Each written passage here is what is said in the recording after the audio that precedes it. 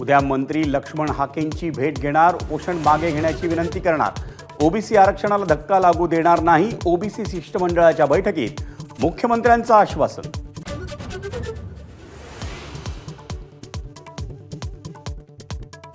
वायव्य मुंबई मतदारसंघात रवींद्र वायकर यांच्या विजयाला अखेर उच्च न्यायालयात आव्हान, उमेदवार भरत शाह यांची उच्च न्यायालयात याचिका।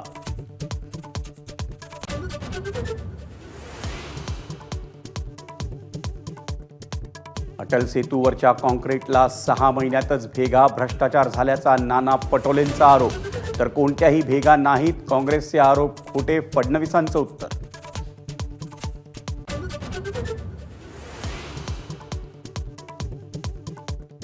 मुंबईतल्या रिझवी कॉलेजचे 4 विद्यार्थी खालापूरच्या सत्यसाईबाबा धरणात बुडाले, वावरले ग्रामपंचायतमधील पोखरवाडीमधील घटना।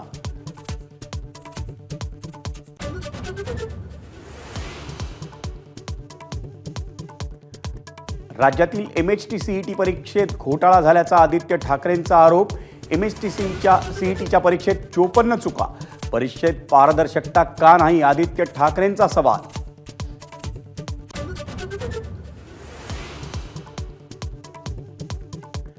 पावसामुळे ठाण्यात इमारतीचा पत्रा पडून 8 मुलं गंभीर जखमी, ठाण्यातील गावणबाग परिसरातील फुटबॉल टर्फवर पत्रा पडला।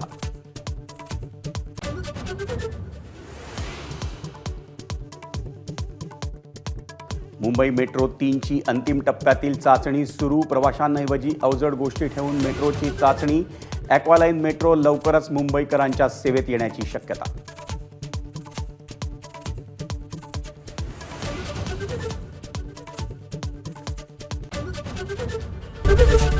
एबीपी माझा, उघडा डोळे बघा नीट।